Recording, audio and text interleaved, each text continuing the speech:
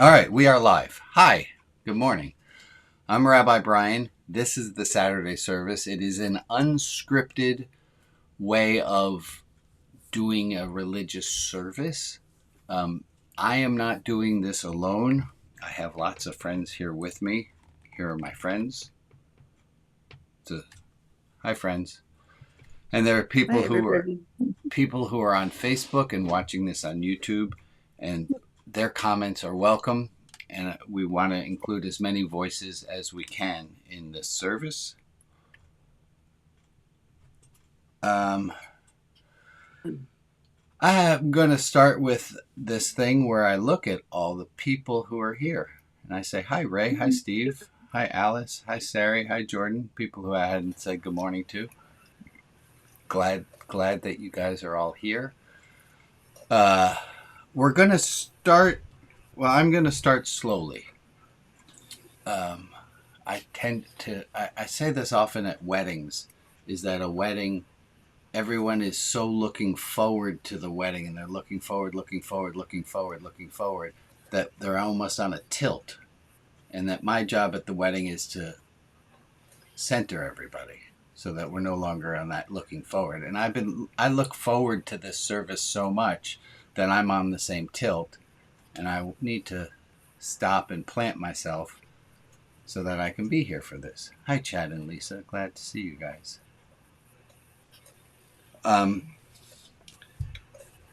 Going to start with something called Something New About Last Week. Or is there a thought that of something that we talked about last week that you have something new to add? And I'll just go through a few cards of we talked a bit about slobriety last week, which I'm trying to do. How well do you deal with someone who's anxious? That we dealt with a few weeks ago. And just quick answer to that one. How do you deal with when somebody comes at you and they're completely anxious? Best strategy Breathe. Just stop. to stop, to ground ourselves. If we find ourselves with somebody who's anxious, the better we can ground ourselves and center ourselves, the better we can attend to them, as opposed to joining them in the anxiety. Um, Last week we talked a lot about how well can you sit in unpleasant emotions, yours or others. And then there was this fantastic quote from the Baal Shem Tov: "Let me fall if I must. I have no fear, for the one I am becoming will catch me." Oh, Good morning, Diana. Good morning, Rob. Glad to see you guys here. And all my Facebook, all my helper friends, people who are designated with uh, co host, thank you again for muting the stray dogs who show up to this service. Um, I had a thing to add about slobriety, and then I'd love to hear from you anything new that you learned about last week. Last week, Dan told us this great quote about slobriety. He said, "Make haste slowly." mhm. And I like that phrase. And it reminded me of something that I was at a conference years ago, and I was on staff at a conference, and I was being the guy who was a timekeeper. I said, "Come on, we only have 5 minutes until the next activity. Let's." And the woman who was more senior than me on the staff said, "Yes, let's listen to Rabbi Brian, but we have a spacious 5 minutes." And I wanted to punch her in the throat, but she was right. There are two ways of looking at 5 minutes: that it can be a spacious 5 minutes or it can just be a rushed 5 minutes, and the choice of that is up to me. Okay, lovely people who I see on the screen. Hi, Jeff. Glad you're joining us. Is there something that you picked up from last week, something that we talked about last week that you have some new learning about that you want to share?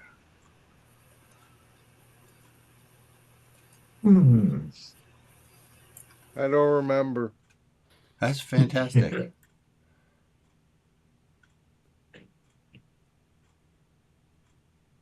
Go ahead, Janet. Actually, I thought about this because I mentioned something about the water, or the shower, washing my hair, and people are going, yeah, but we can't run water that long, being in drought-stricken areas.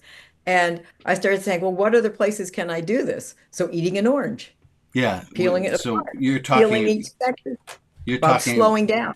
Yeah, we're talking about slow briety.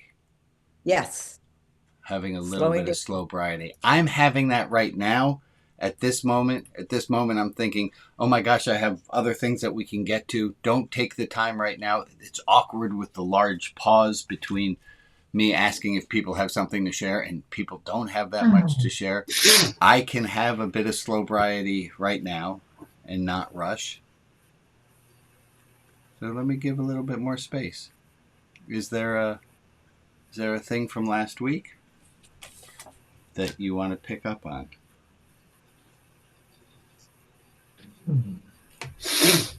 Copy.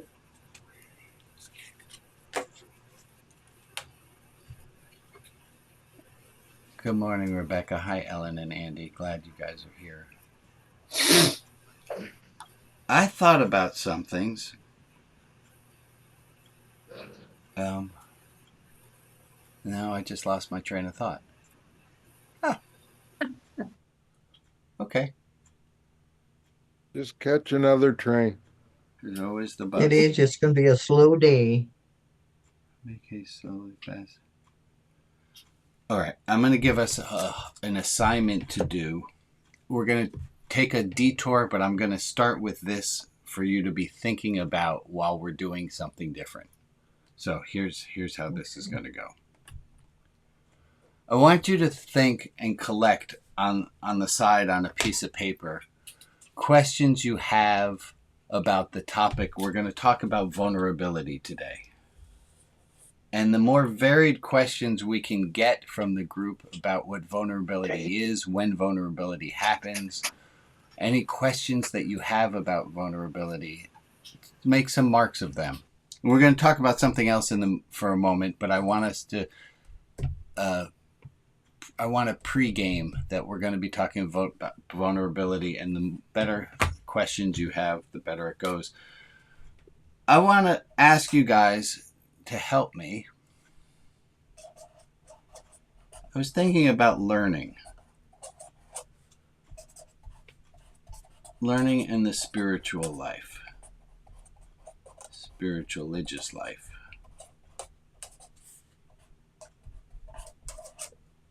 And I'm thinking about learning in the spiritual religious life. I'm wondering where learning fits in the spiritual religious life. And as I was thinking, I thought, well, why should I do all this thinking? I have all these friends who can help do some of this thinking along with. So in order to look at what learning in the spirit, where learning fits in a spiritual religious life, we need to know what the spiritual religious life is. And for those of you who have been playing this game on Saturday mornings for a while, you might remember there are 5 to 6 elements of a spiritual religious life. So let's list up what those 5 to 6 elements are and then see where learning fits in. So if you would. Transformation. One of the aspects of a spiritual religious life is transformation. Is And knowing learning that is how you learning transform. definitely fits in transformation. That transformation is that we're not stagnant. Nothing's stagnant. Everything changes. That's part of a spiritual religious life, is not seeking stability. Or, stability. I'm trying for a different word, but thank you. Let's hear from a different voice. Give me another one of the 5 to 6 elements of a spiritual religious life. It's about me. It isn't about me. Yeah. So spiritual religious life is a sense of both and. So there are two things in that. That's why it's 5 to 6 elements of a spiritual religious life, because it's about me and it's not about me are two different things. One is it's this idea of the paradox, that something can be true and not true at the same time, that something and its opposite are both true. And selflessness. I don't mean by giving everything away, but selflessness, but making sure that we know that a spiritual religious life is not about us as individuals. It's not about self-aggrandizement. That is not a spiritual religious life. That's selfishness.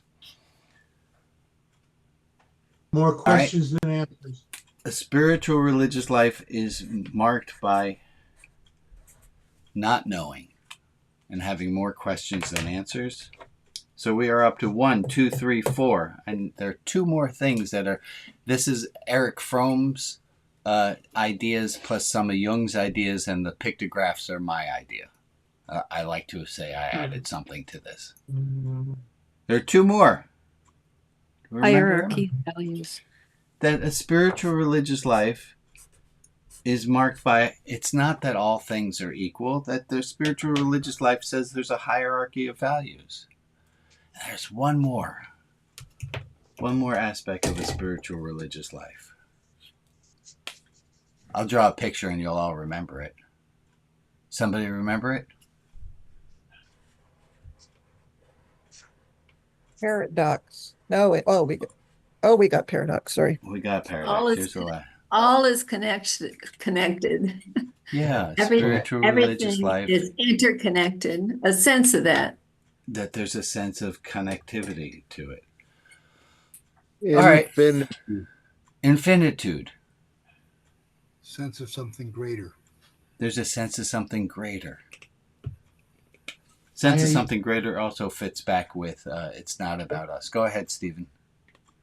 I would think that same thing is we're all connected. Yeah, we're all connected. The story that I often use along with this one is that natives of the islands of Hawaii don't think of the islands as being separated by water, but think of the islands as being connected by water. A slight shift, but boy, is that different. Mhm. Okay, so let's add in learning. Where does learning fit in to our aspects of a spiritual religious life? Learning fits in. I think in a spiritual religious life, we're always learning. We are always learning. So I'm going to add learning up here in our hierarchy of values.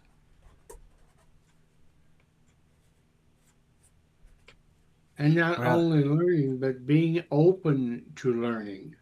being open to learning. So that you see different people's perspective and different people's ideas, and you can value them for what they are.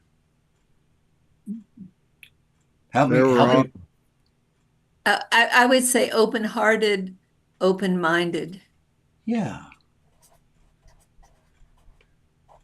Open-minded, open-hearted. That learning doesn't work when you're certain. Learning doesn't work if you already know things. If you already know everything, there's no learning. Betsy, I think, said at the beginning that learning has to do with transformation.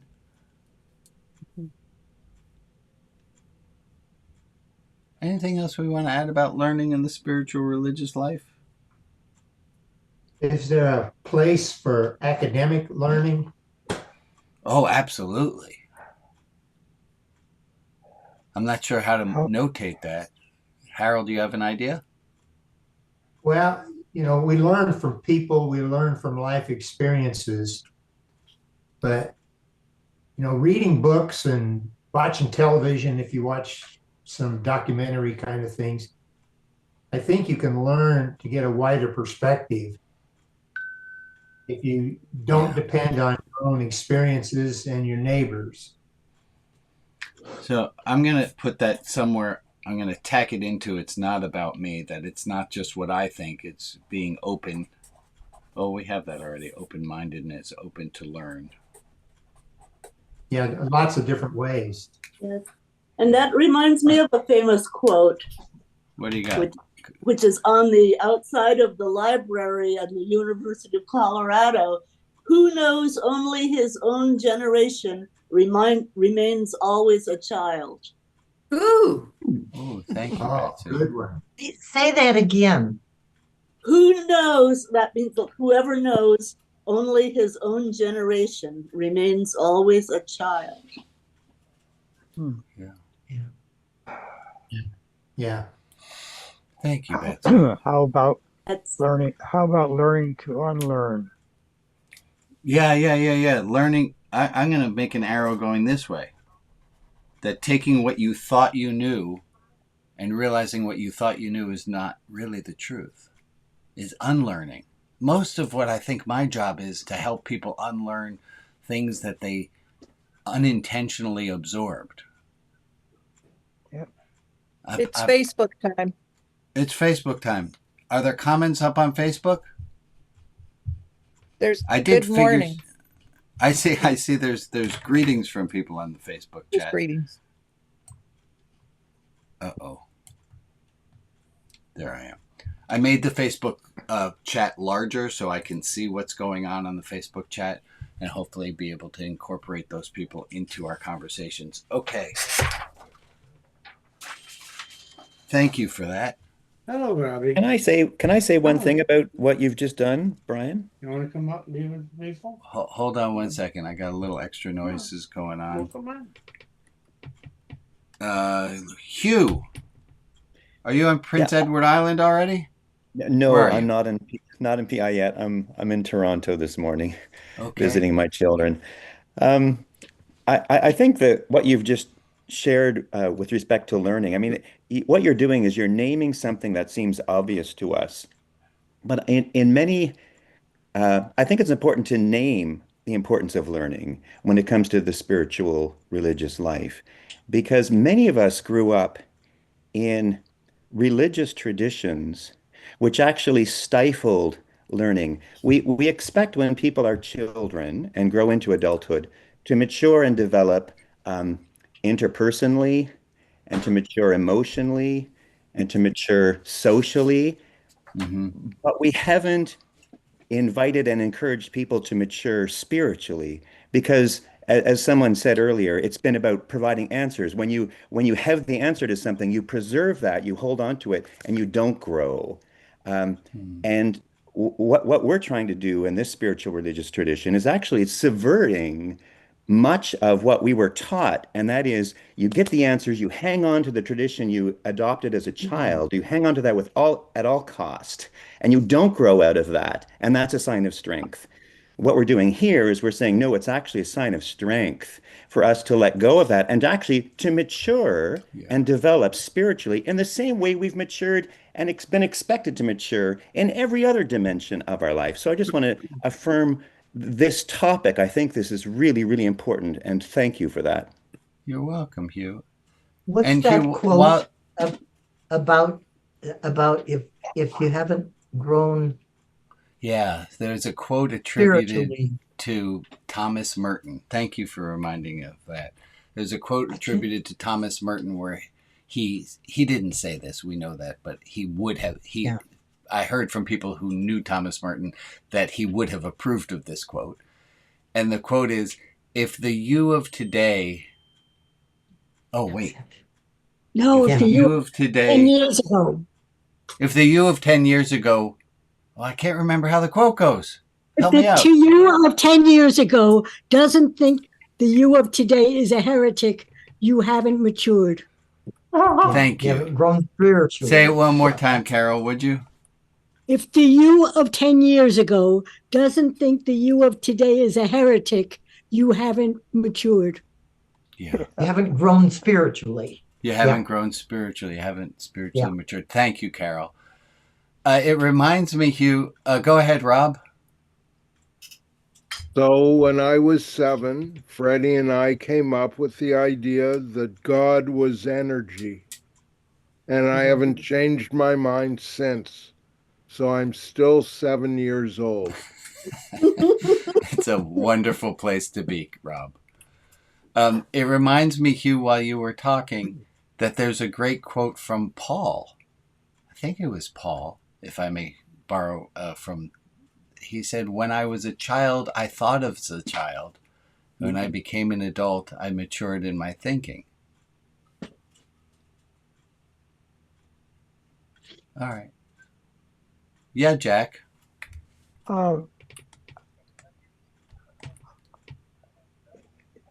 When it comes to the religion and spirituality, you have to ask yourself, who is your master in religion and who's your master in spiritual?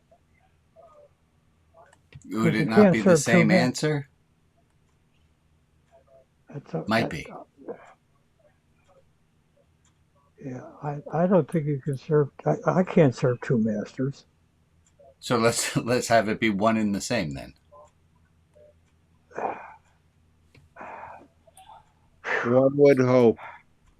Yeah, I mean, to me, religions are. Yeah, hold on a minute. Is a matter of human explanation.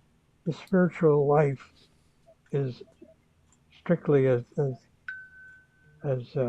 Jeff said, is all about divine energy and yourself, nobody else. And it's beyond us. It's definitely beyond us. You see differently, you think differently, you feel differently. Yeah. It's a total, it's a consciousness thing. And once you're conscious of something like that, that's permanent.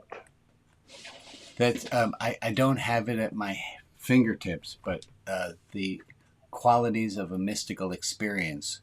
And one of the things that sets a drug trip apart from a mystical experience is the long-lasting change towards doing good. Yeah, it never goes away. It's a long-lasting change of doing good is part of a spiritual, a mystical experience. Yep. Yep. Okay. Thank you all. I'm going to do a quick scan of everybody's faces. Today's topic I sent out in the invitation. I put this little meme in it. Maybe I don't have to be so tough. And the next frame is maybe I can be vulnerable sometimes, and then punch never again. And I think this is some of our experience with being vulnerable. And I want us to talk about being vulnerable, and that this is probably not a good position for us to be in, to lock ourselves back off. And that there are other options than what this pink squiggle is doing. To start us off, Lori, Religion Outside the Box's fearless and favorite intern, prepared a story of vulnerability. So, Lori, would you mind? I don't see on. There you are. I'm having trouble. Oh, we just lost your audio, Lori.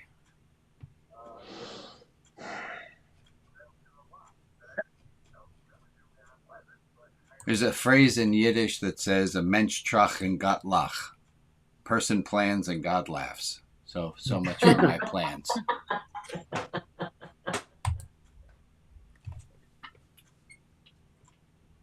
Hey, Brian, while you're working on that, in Yes. your cartoon, notice that the last frame, the walls are bigger. Yes. Thank you, Diana. Isn't that?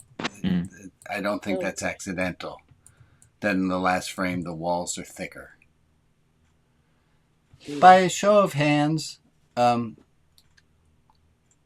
many of you have been hurt when you were being vulnerable? Oh boy. That's just about every hand up. And how many of you have found great enjoyment when you weren't being vulnerable? Wait a moment. Like three hands up. Sometimes. A few. That question is weird.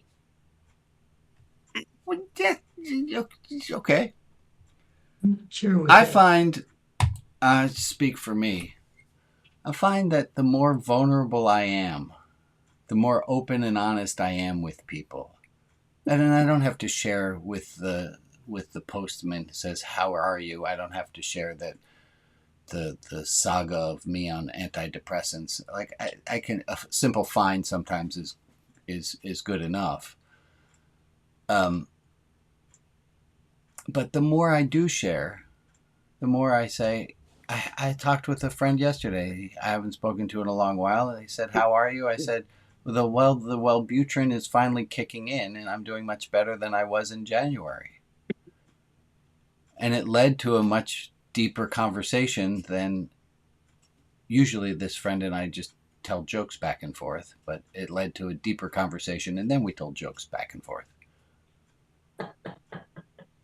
Lori, looks like I'm you've back. rebooted and you're up. Okay. Yeah, sorry about that. No worries, no worries. Are you able to share with us a Yep. moment of vulnerability as Yep. The I think the example that stands out in my mind the most was being vulnerable on Religion Outside the Box and telling people about the current troubles I'm having with my adopted son, Jamie, who's 24, and the benefit of telling people and being vulnerable was I received so much positive feedback from people and so much help and inspiration, and I realized that I'm not alone because a lot of people owned up to the fact that they have children that are sort of wayward and maybe in trouble with the law. And so it was a really really amazing really amazing test in vulnerability. And I think I mentioned this at one point, but I read a story in seminary about a minister who lost his son and he wasn't vulnerable and he just went on with work and pretended it didn't happen. And about 5 years later in the pulpit, he was talking about something else and he ended up breaking down and telling everyone about his son that died and how it made him feel. And he said after that, he had a greater connection with his people. And people came to him with problems that hadn't come before. And a lot of them cited that his being open and vulnerable in the pulpit that day is what brought that forward. So that answers to me the question of being vulnerable when you're a minister. And there's other jobs too where you're supposed to hold back and not be yourself, but I don't think you can do it without being you, without being authentic. People know I used to work with teens, and teens are the biggest they know the second you're not being yourself, you're not being authentic and you're not being real, and you can't do it. You can't connect with them without being vulnerable. So it was a good lesson. Thank you. Thank you, Lori. Yeah. Thanks.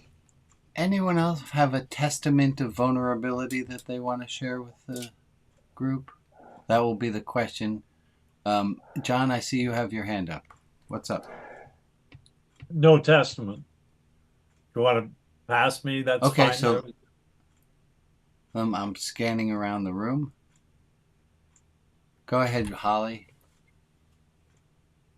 Well, after you were talking about how, don't just say fine, when someone asks you how you are, I decided to try that at work and say, how I was actually feeling, or asking people who said they were fine, are you really?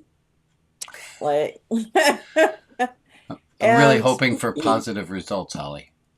Yeah, and it was a really good experience. I mean, I had some meaningful conversations with people, people really opening up, and me opening up to them made them more responsive to me, rather than just, oh yeah, hey, get my cup of coffee, go back to my desk kind of thing, It's more real.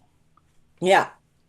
And somebody pointed Like a out to real me phone. that AI, for all that AI can do, AI can't be vulnerable. AI can escalate arguments and fights, but it can't be vulnerable about itself because it's not real. Not I yet. want to hold on one second. I'm going to get to you, Ron, but we have a quote up on Facebook, and Shirley, hold on, I'll make it a little bigger. That Shirley talks about being vulnerable, but certain people in my life have used what I share, very sensitive things, to hurt me. I find myself having to be careful in what I share with others.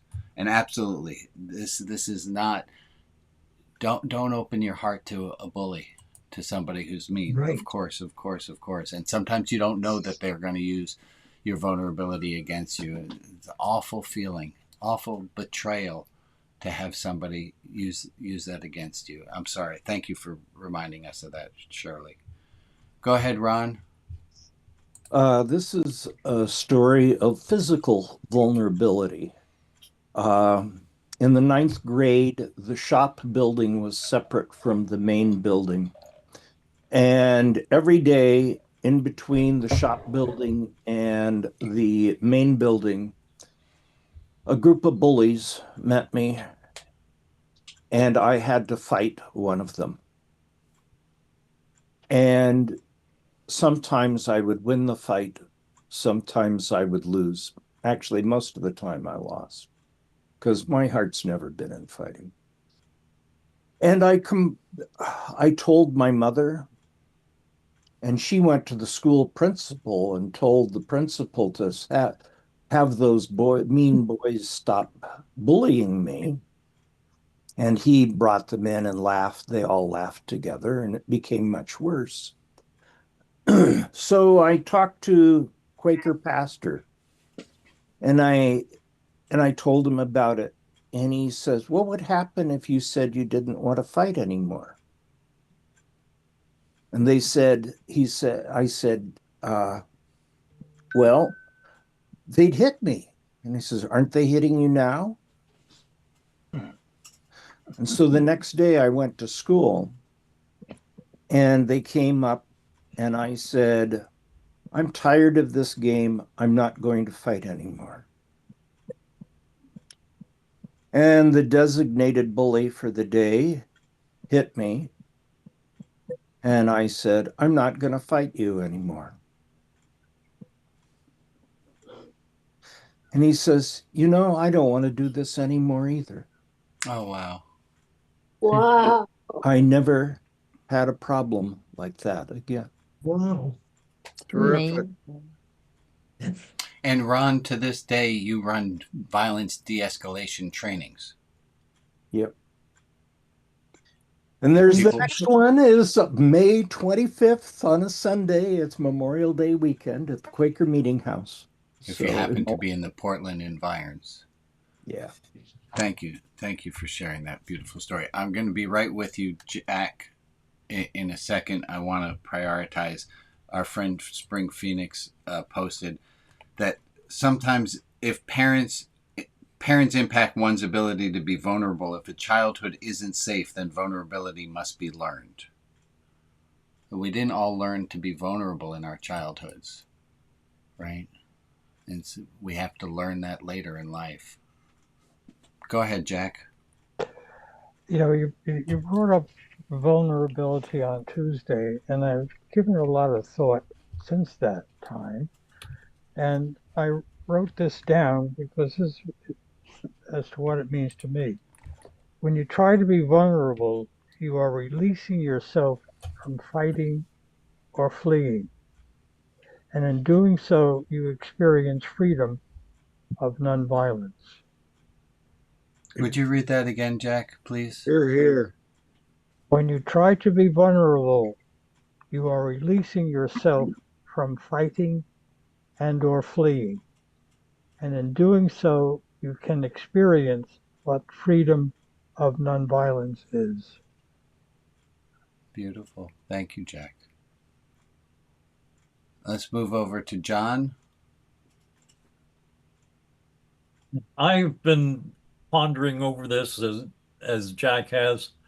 and looked carefully at the cartoon again. And yes, I noticed very quickly that the walls are very thick in the last panel of the cartoon. And what struck me is that in that last panel, as in the first panel, there is room for only one person. Mm. And it strikes me that in order to live life, one has to be vulnerable. Mm-hmm. If you're going to interact with people, if you're going to speak to people, if you're going to do anything other than cocoon yourself, you are putting your vulnerability out there. Right. That's just living, in my opinion. The question is, how vulnerable do we make ourselves? How vulnerable? It's funny, I use the word make ourselves, or how vulnerable do we allow ourselves to be? So we're going to take a moment and break into small groups. And I do know, just because this is how humans are, and we are humans, it's easier to be vulnerable with a smaller group of people. Harder to be vulnerable in a large group. I'm not exactly certain why, but that's how it is. So, Alex, you've prepared some small group rooms for us? Yes. And we're going to go for 7 minutes plus the extra. Is that how long? 7 minutes with an eighth extra. If you do not want to join a small group, you do not have to.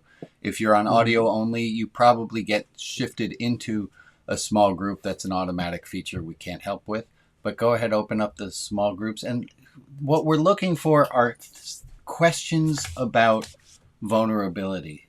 And when we share out at the end, what questions come up that we want answers to about vulnerability, or what ideas do we have about vulnerability that we didn't have before? Is there something that came up in your small group that was so salient that you want to share it with the large group? Go ahead, Alex. Open the pod bay doors. The pod bay doors are now open. And I'm going to stay back here. Anyone who wants to stay back and interact. Facebook people, I'm yours. Any thoughts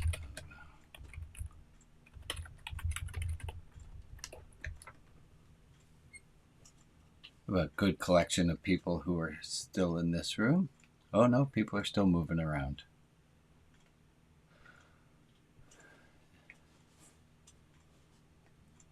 Hi, Candace.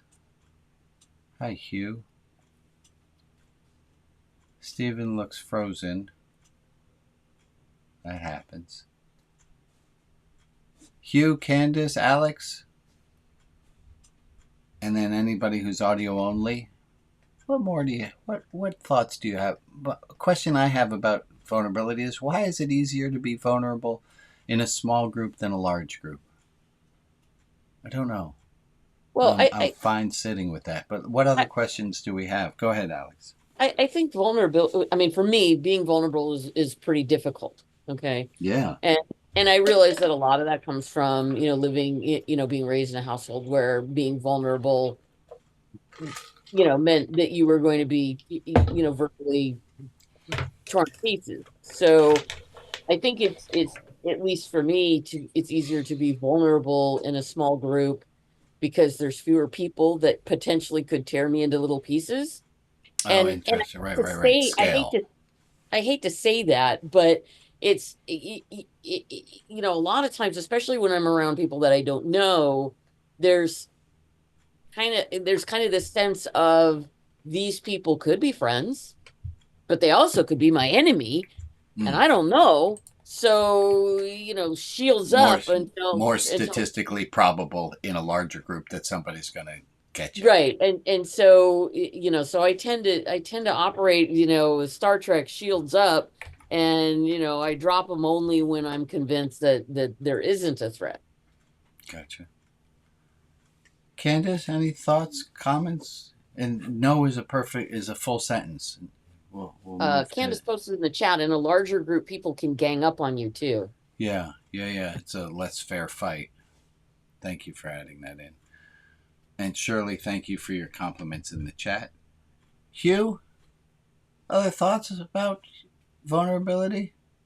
Oh, Stephen, you were frozen for a moment. You're live and in person. So if you have something you want to add in about when you've seen vulnerability or a question you have about vulnerability.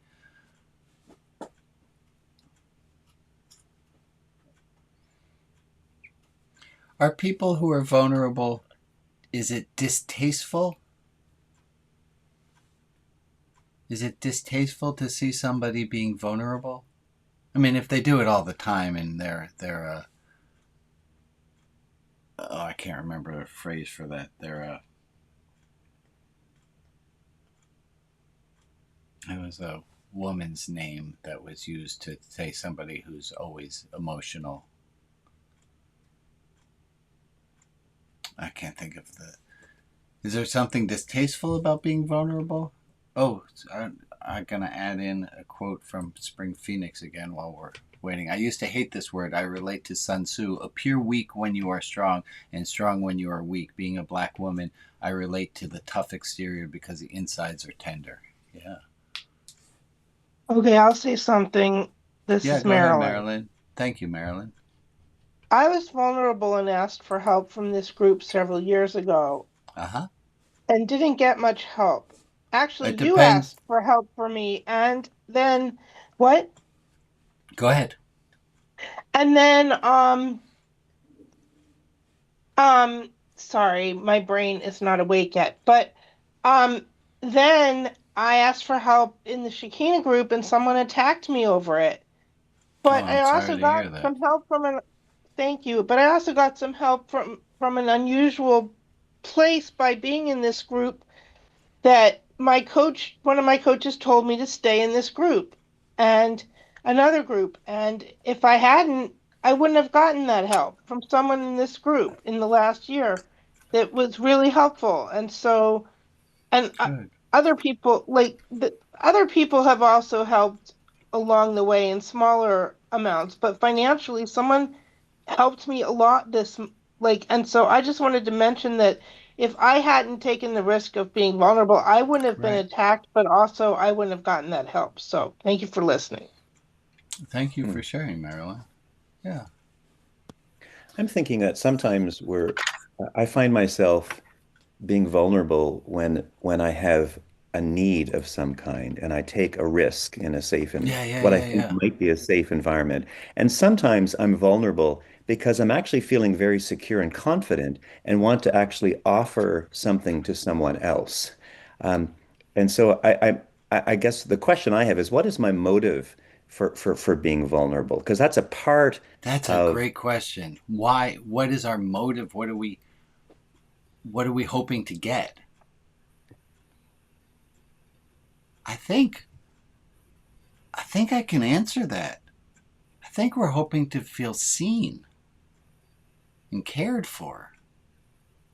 And also, I find myself, and maybe it's my pastoral role, but I find myself being vulnerable sometimes because I want other people to feel like they're not alone and that actually they're being seen by someone else. Mm-hmm. Yeah, I see that in my role. If I'm allowed to be vulnerable, it allows other people to be vulnerable. Yes. There's a solidarity there. It's like, oh, people come after me after a service and say, you think that too? It's like, yeah, of course, it's a human thing. But people think they're all alone when they're feeling something, right? Yeah. I think I've grown into it as I've gotten older and a little bit more self-confidence that I'm more comfortable being vulnerable. And I think it builds relationships in that kind of sense. But it is a risk. It is a risk. You never know what's going to happen. When I work with couples that are getting married, and we talked about testing things, you start to become real in a relationship, and you hand somebody something risky, and you wait to see how it's being handled. Is it going to show up on a billboard on the highway, or is it going to be respected? And you have to test to be able to do that. But it creates a kind of intimacy. Through the Central Conference of American Rabbis, I got hooked up with a rabbi in Cape Cod for study during this period of counting the Omer. And we're maybe 10 years apart in our schooling, have never met until we were teamed up as partners, and ended up being surprisingly vulnerable in our first get acquainted. And it led to a very interesting bond that has changed the whole way we study together, as opposed to just being study buddies. Yeah.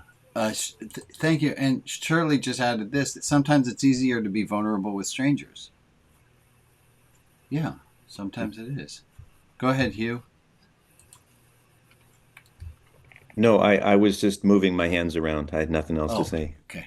But thank you. It is. I like what you said, Steve, that it's a test. If I put out this little piece of vulnerability, what do you do with it? And if you smush that one down, I'm not going to share much more. I'm going to be the pink guy in the bigger box. But if you embrace me in my vulnerability, it allows me to be more real.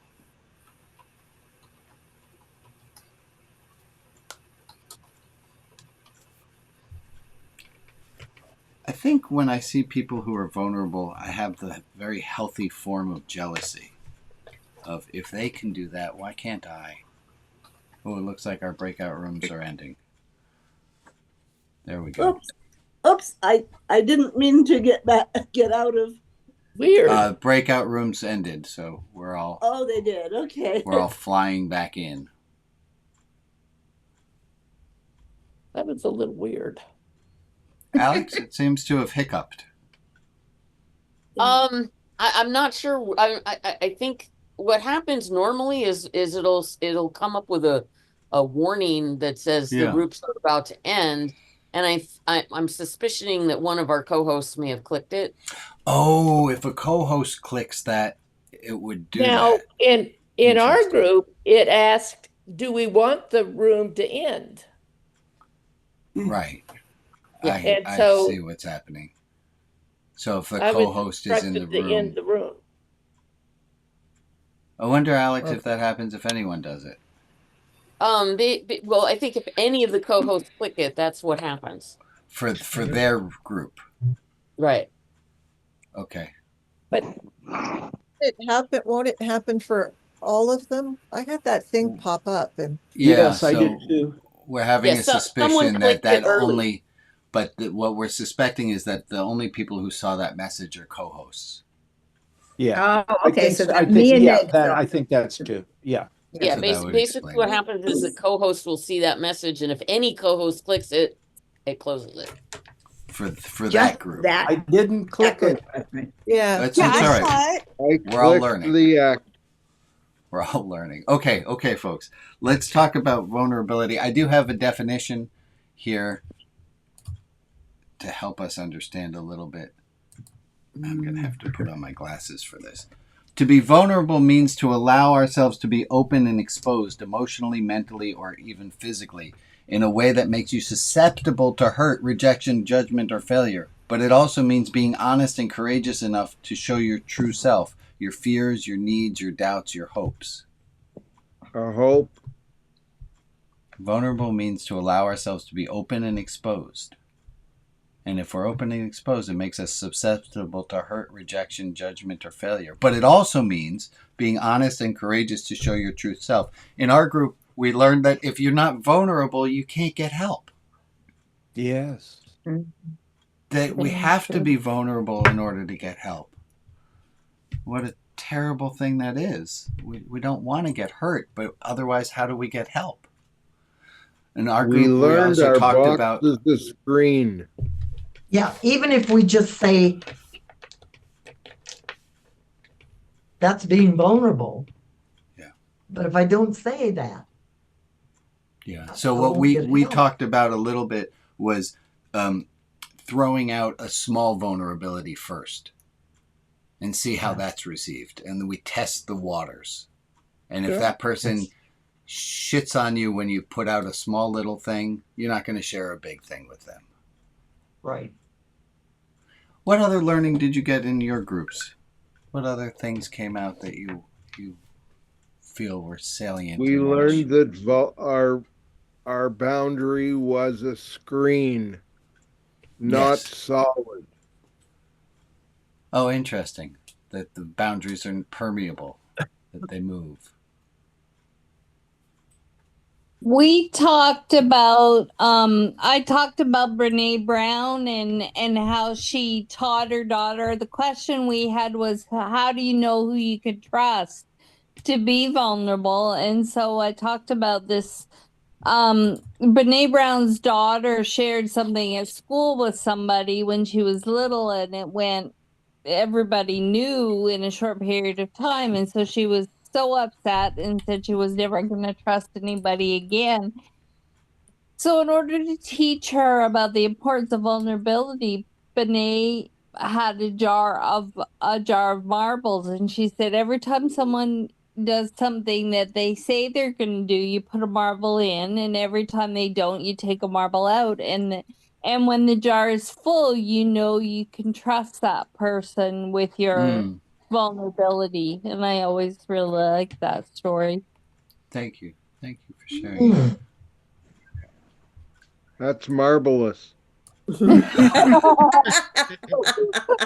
Here's a quote. To share your weakness is to make yourself vulnerable. To make yourself vulnerable is to show your strength. Yeah. When somebody's vulnerable, it takes a great deal of courage. It takes a great deal of strength. I have a thought, but I want to take another moment, see if there's something. I have where I want to move this, but go ahead, Holly. We talked a little bit about how being vulnerable can backfire. And I had an experience with that with someone who didn't even know that their vulnerability had backfired because things were being said behind their back. But I think also when you are vulnerable, you have to be prepared for that eventuality, that it could backfire on you, you know, but that it's worth it to you to be authentic, be yourself. Thank you. We're going to do prayer time in a moment. I have not forgotten about that. But I do want to share in one other quote here. What happens when people open their hearts? They get better.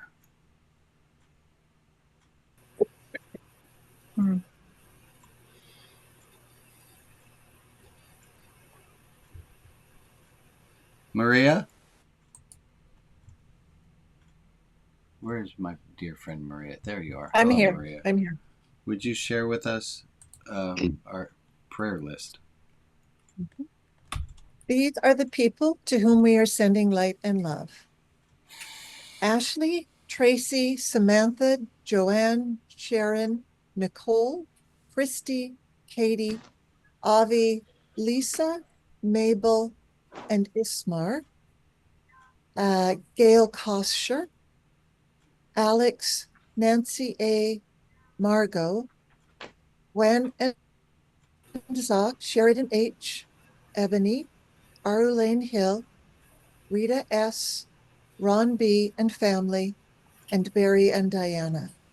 If there is another person in our community to whom we can offer light and love, please put their name in the chat and I will add them to the list on Facebook. And for the people who aren't named, but who are in our thoughts, we send them light and love as well. Let's take a minute of time, starting now.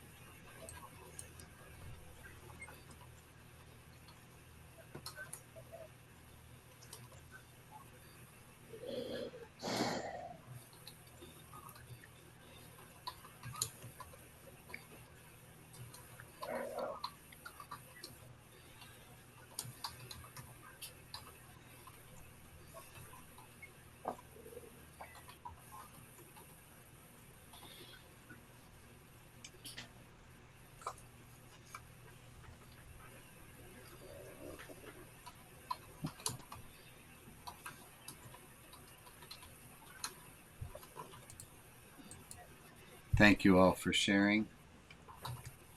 I hit a button. I don't know what button I hit.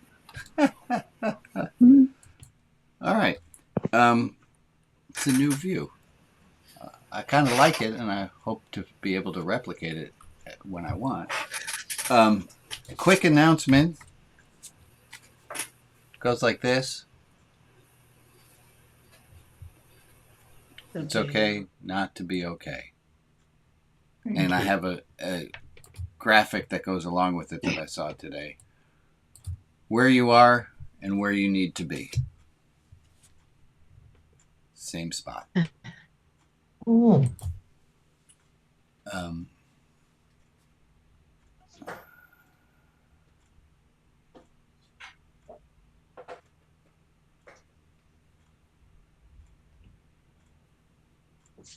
Silence is very vulnerable. It's very intimate. We talked last week about how hard it is to sit with people in difficult emotions. And I'm going to ask us to sit just in silence.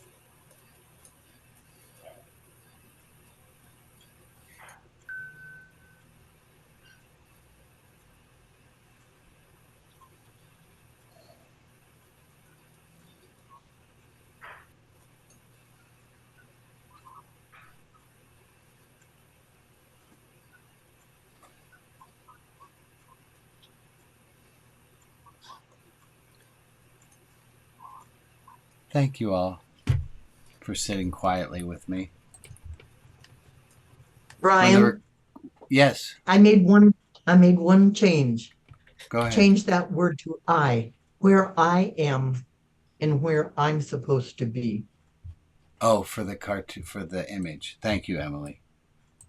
Where you are, where you're supposed to be, where I am, and where I'm supposed to be. Thank you. We're going to stop the recording and break into small groups. There's a new small group called Do You Want More? And that's going to be run by Maria. There's the Donut Hour, which is if you just want to stay in the general chat. I think we have a deep dive group and a poetry group and a possible politics group. Jeff, are you willing to take a politics group? We had nobody show up last week. Sure. You go to poetry. No. I don't want to push you. I ran the politics group last week. Oh, okay. Do you want to do it again? Does somebody want to? No. That's fair. I just wanted Jeff to know he had his back when he wasn't here. Sure. I'll open the politics group. It's okay. Okay. And folks, you don't have to stay in the group the whole time. Go ahead, Ellen. How is the new group different than Deep Dive? How is the new group? I think it's more if you want to share something than you want to take an idea apart. I think it's a little bit more heart-centered, but let's hear from Maria, who's running this new group. I would say that. Also, sometimes it can, if you're new, it can be uncomfortable sharing sort of thing. And so this tends to be a smaller group. And then if there is something that you need help with, or you want to just be heard or hugged sort of thing. So that's the idea behind it. Thank you for explaining. I'm going to turn off the recording now. So let's all say goodbye. Wave to the nice people. Thank you all for joining.